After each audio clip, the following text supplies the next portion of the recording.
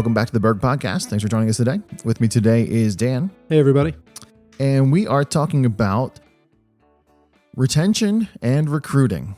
And this is always an interesting topic for me because I feel like we've been talking about recruiting for 4 years now, right? I mean, post-COVID recruiting, it feels like every company has been struggling to find not only people in general, but the right people at times. And we're part of that for sure. But the retention issue is also an interesting one for me because I don't know how you feel about it. I feel like in some ways the recruiting for us has leveled off a little bit, right? I think that we are still looking for the right pieces, but I think we're struggling less to find people when we need them a little bit. And what we might struggle with a little bit more at times is kind of like a, how do I want to say it? Like a keeping up with the Joneses a little bit, right? And by that I mean, we're in an area where relatively saturated in regards to the kind of work that we do, and so there's a lot of options, and we try to, I believe, be an employer of choice, and treat people fairly and all of those things. But it does seem like on a, weekly, monthly basis, we're turning around and a competitor is offering a really big sign-on bonus or saying they're going to, like, across the board hand out, some 20% raises or something that feels to me like it sort of tips the market a little bit or makes it off kilter again. Yeah, I think that the first thing is, being that we've grown and year over year, we're always trying to recruit. What I think that we've had to really come to grips with as we've gotten bigger, and gotten away from a core group of guys that had been with us a while. And we have that, we have a group of guys that have been with us a while, and then we have smaller groups that have been here to varying degrees of time. But as we've continued to do that, we would always look at it probably, right? And Brian, if you and I sat there and we said, we were really successful at recruiting over the last 6 months to a year, right? Sometimes it was a few kids who were 17, 18 years old coming right out of a tech school or otherwise. But a lot of times it was, we got some good guys with some experience, varying degrees. Well, they came from somewhere.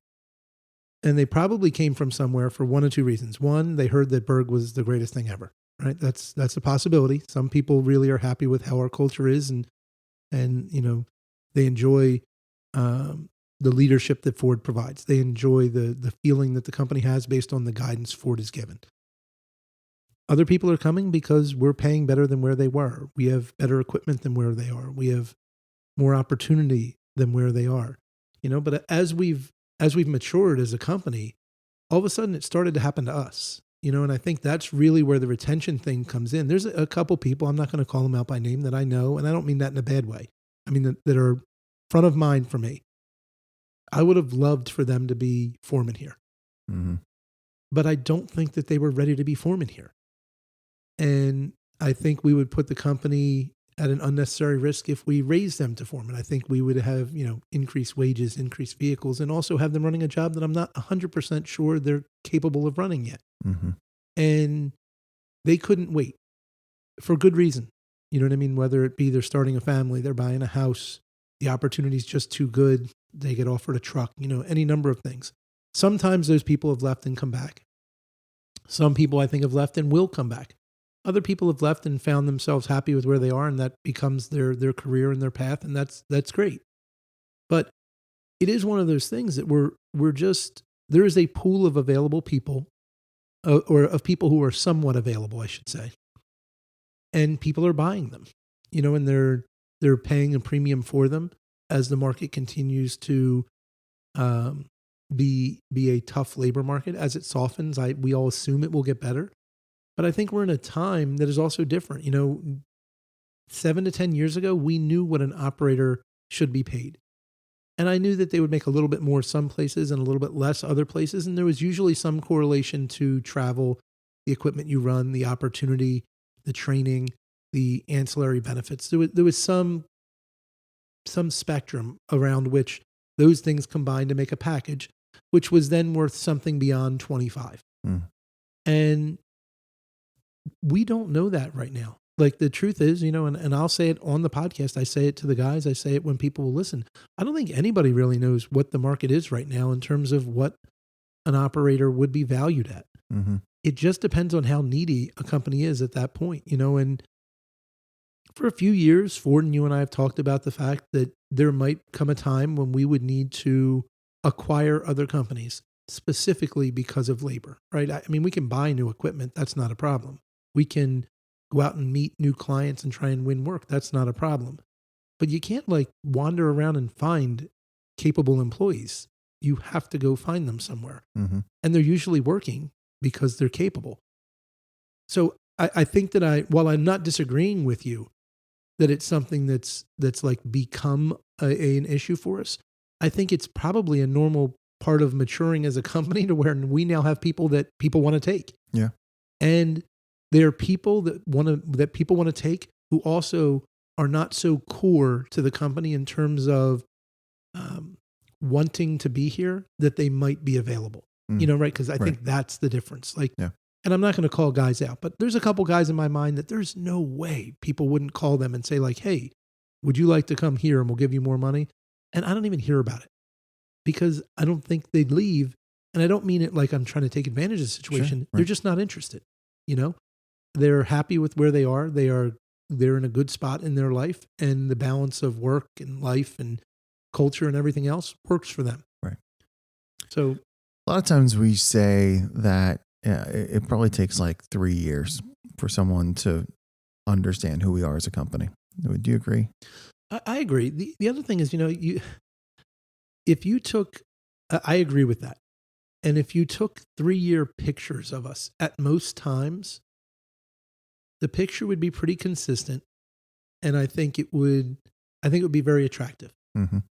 Right. But I mean, who knows how many people we're talking to right now. Sure. But the reality is the last 3 years have not been that for us. We are working through COVID.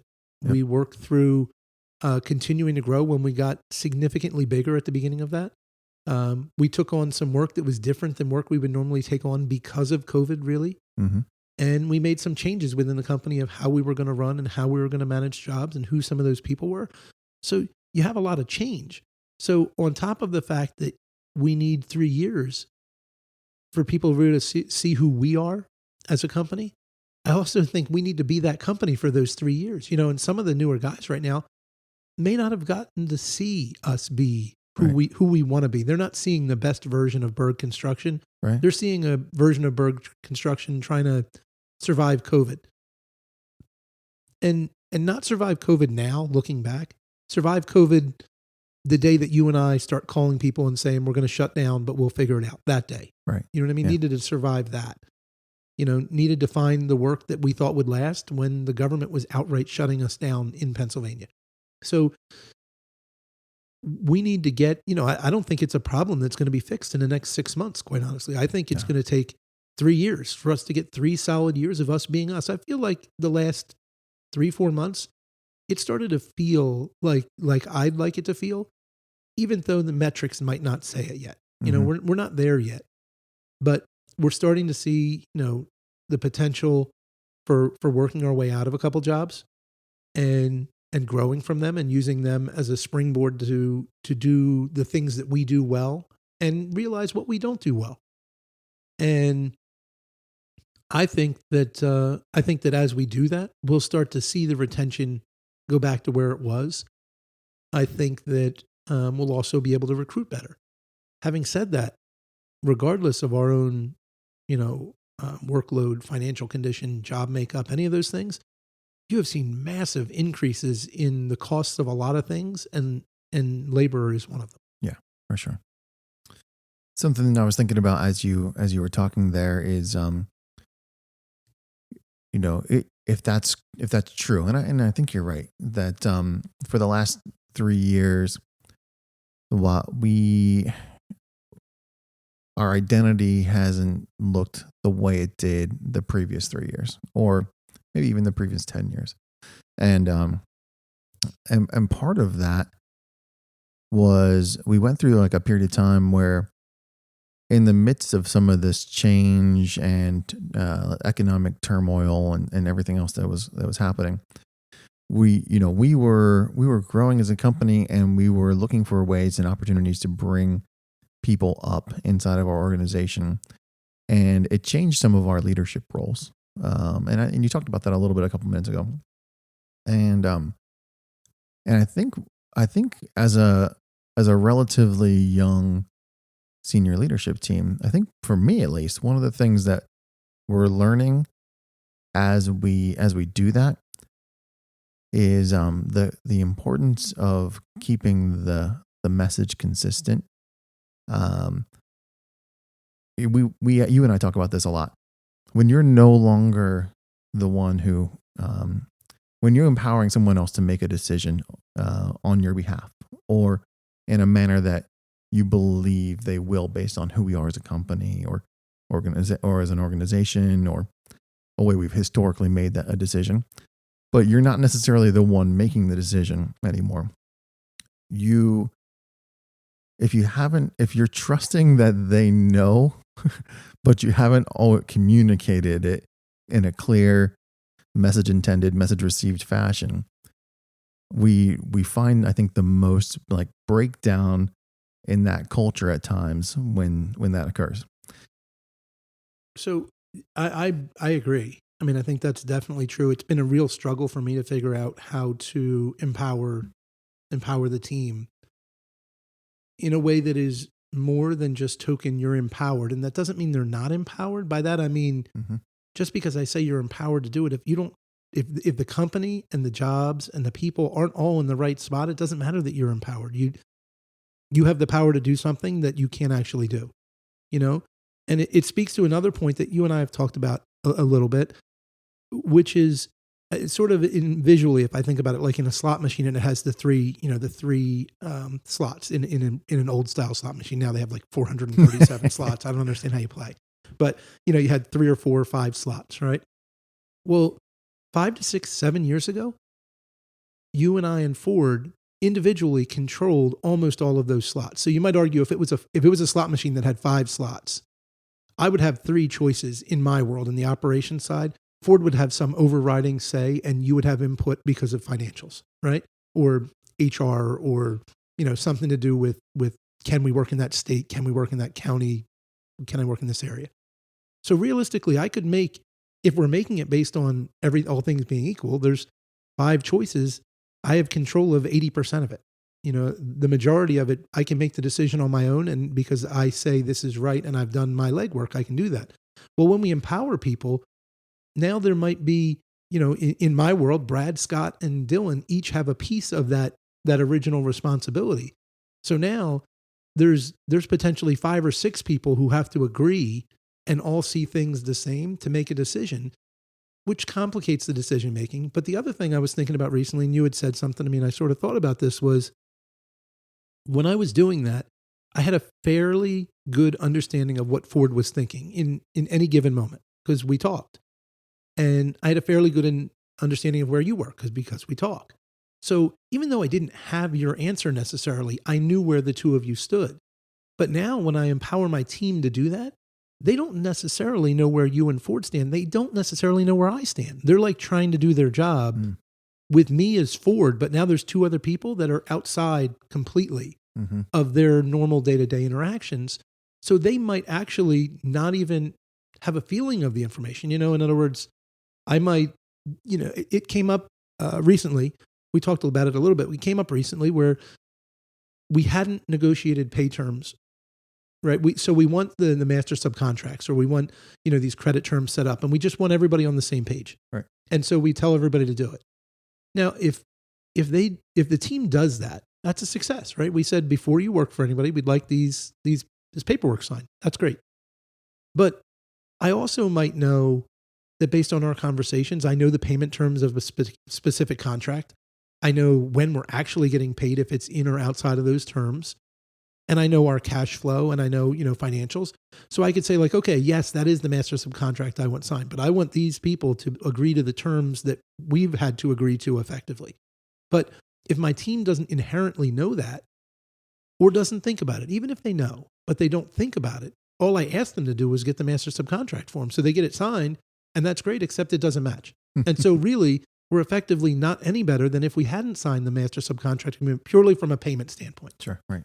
So I was thinking about that, as we talk about it, because that's sort of message delivered, message received. Like, Right. I need you to act the way that I would act, but I don't know how it'd be like if Ford said, I need you to do exactly what I would do. It was like, well, then you need to just do it yourself. Because otherwise I'm going to do what I would do, not what you would do. Yeah. Now, we hope that there's alignment and Ford and I would do similar things in a given situation, but you don't know that for certain, so it's kind of an unsettling feeling. I imagine it would be an unsettling feeling for my team as well, to say like, do we know what Dan wants to do? Do we know what's best for the company? Mm-hmm. But it really gets tricky as you get bigger because you have a lot of people trying to work together cooperatively to make a decision. And you see why so many of these companies just stay a certain size because it's more manageable that way. The people making the decisions are less. The people who in the know, so to speak, are less. And so you can all be on the same page. As you grow, that is something I know on my side, I assume you've seen similar things. It gets a lot trickier. There's a lot of people who are valuable and doing specific tasks, but they don't necessarily have a whole picture of the rest of the task. And then you gotta manage that and Right. get it to mesh.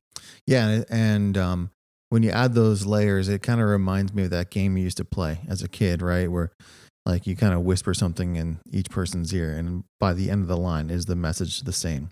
And usually it's not, right? And what we're really talking about here is that we're hoping that the message at the end of the line is close enough to the message at the beginning of the line that our folks who have lived inside this culture understand or can interpret that in a manner that is still the way you would have done it 10 years ago or Ford would have done it 20 years ago or whatever the case might be, right? We're still looking for like the same version of the way each one of us would have acted when we were the one in charge of actually completing the task.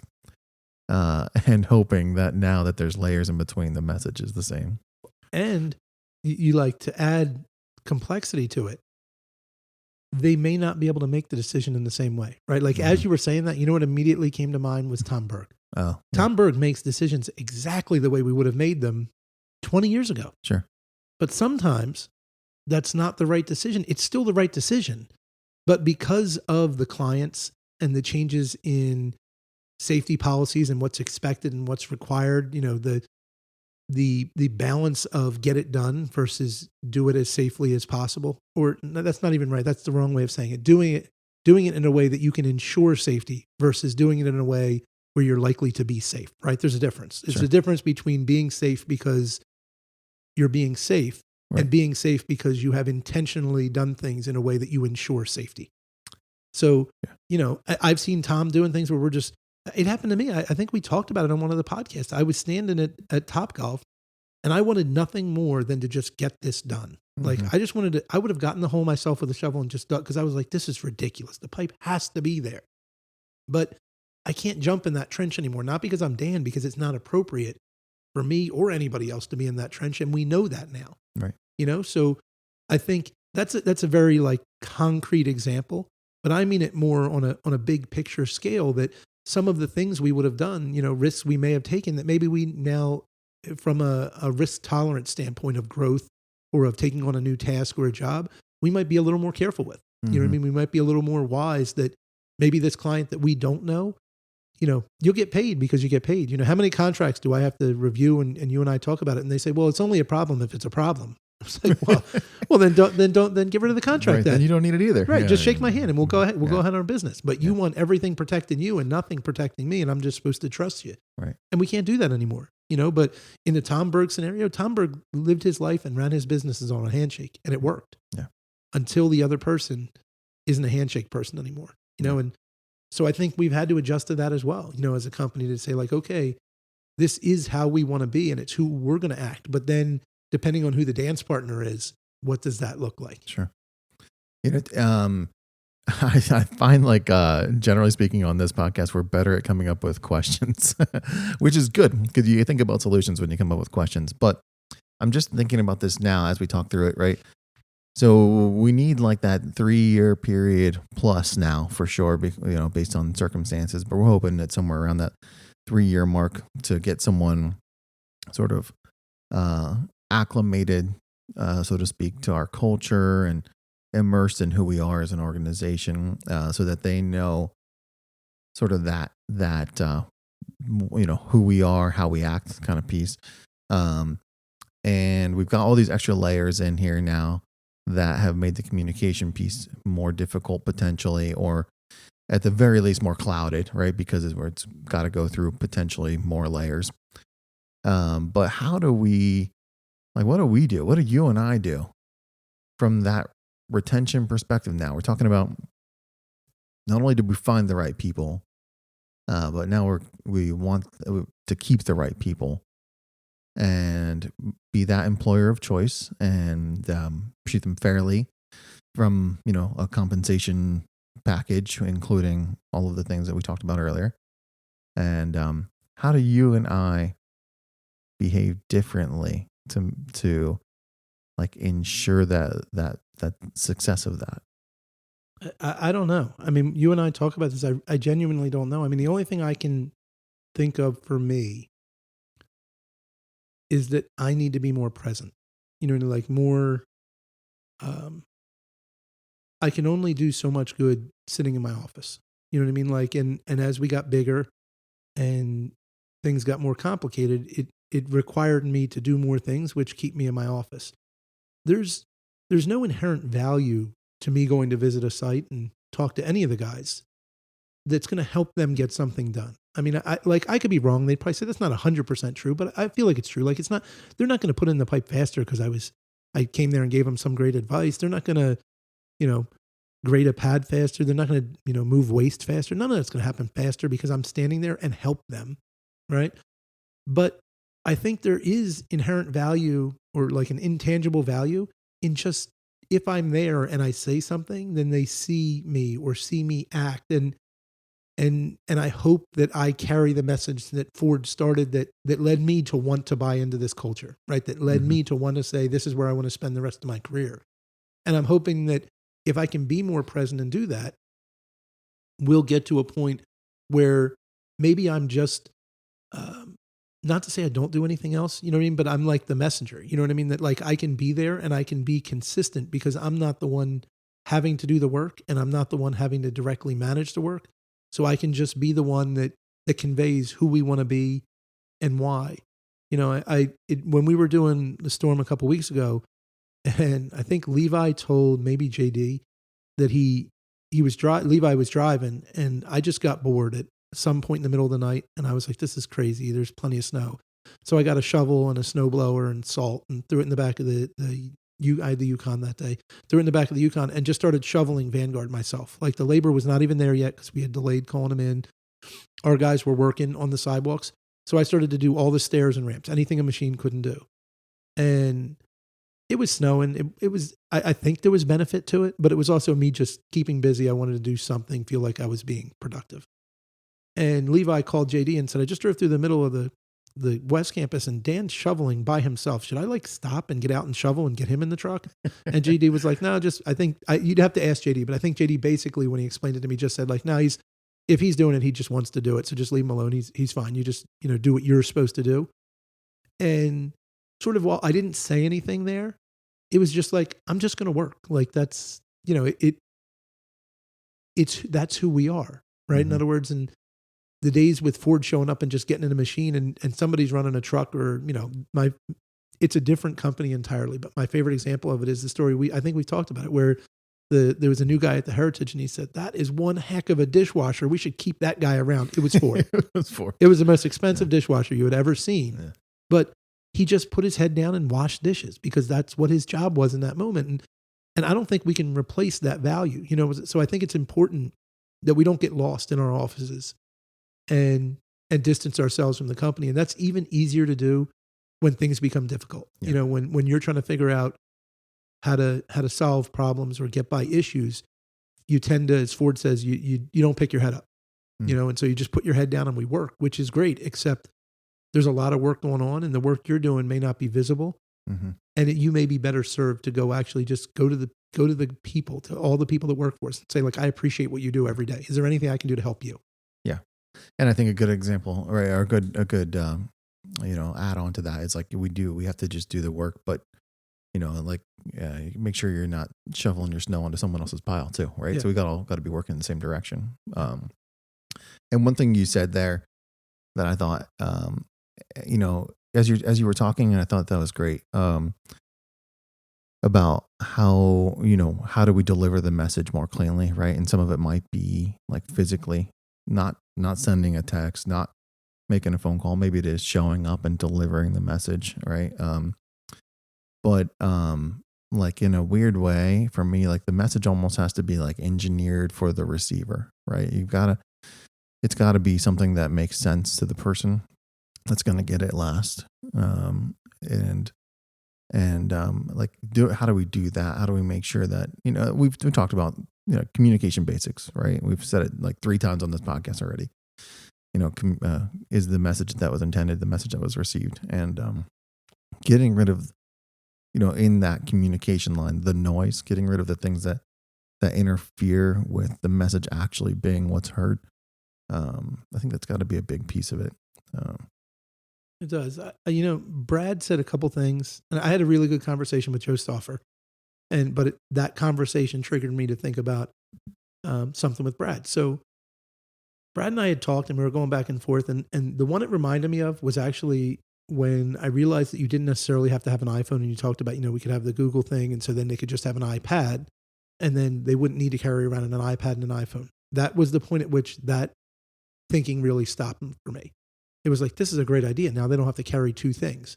And then subsequently, there was also a price difference. I was like, okay, we don't have to buy iPhones now, which get dropped and get broken and run over by machines. We can just have an iPad.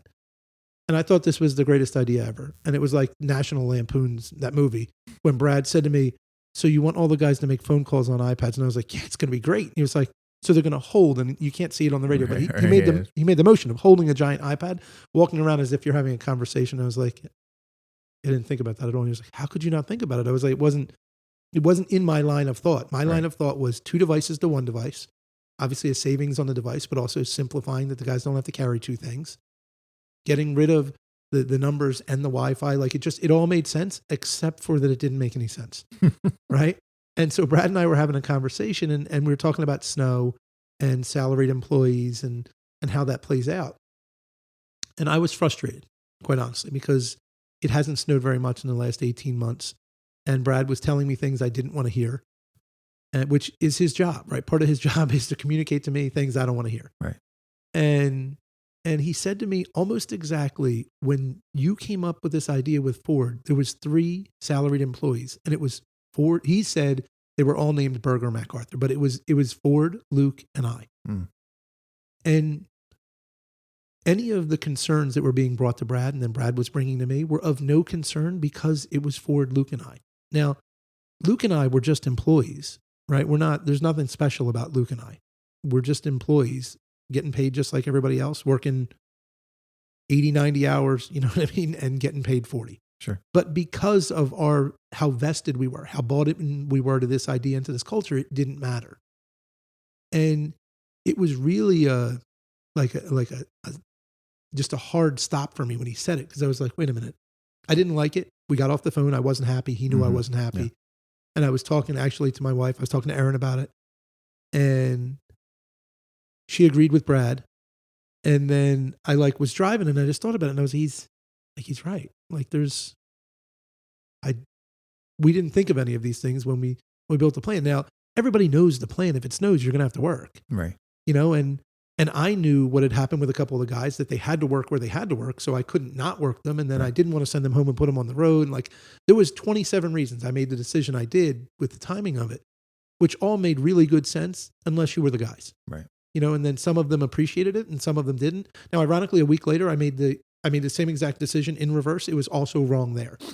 Right. But that's the nature of life. I think that's leadership at times, right? Right. It's just, well, and and the team could have been right in both cases. Like Right. it's just a matter of what happens. Like if the thing goes badly on either side, then you made a wrong decision. Mm-hmm. And so all that, I don't want to like hijack the conversation, but it was all that to say that's part of the communication too, is like, we need people who can tell us like, you guys are not close enough to this. Right. You're not seeing it, or, the other day when we heard about the raise coming from one of the companies, and it's like, okay, I get that. I don't know how that factors into everything else that everybody's doing and what the market indicators are and what's trending. I don't know how we factor all that together, but at the end of the day, when you talk about recruiting and retention, I would love to get to a point where it is not about the money, right? If pay stabilizes in the next 3 years, which it should, you would think, and everybody knows about what a specific skill set is worth, right? Then we can get back to the other things, which is what we really value, doing meaningful work, Right. Working for people that who the people are, you can see them, they are accessible. Whether you interact with them in or out of work, you would be comfortable doing so, right? That they want to come to events that we have, that you don't have somebody walk in the room and you're like, oh God, I got to talk to this guy. You know what I mean? Like, in other words, to want to be with the group of people that you go to work with, because you spend as much time with the people you work with as you do with your family. Yeah. So that's really the key for me, is getting to a point where we can stabilize to be who we want to be and actually project that. Getting to a point where the market stabilizes and we understand that I can come to you and say, Brian, the rate for an operator is now this. Like, there's nothing, that's the rate. Right now I could tell you a rate, and in 3 weeks I could say, hey, guess what? The rate changed again. That's not the rate anymore. Yeah. Because company A changed their rate, which triggered company B, and company C. Now everybody raised their rates again.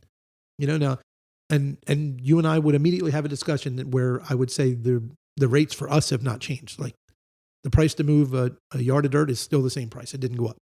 And then that's a really tough discussion on our level, but I think those things, there's a lot of factors that have to get in line before we can actually start to see retention and recruitment act the way we would like it to act. Mm-hmm.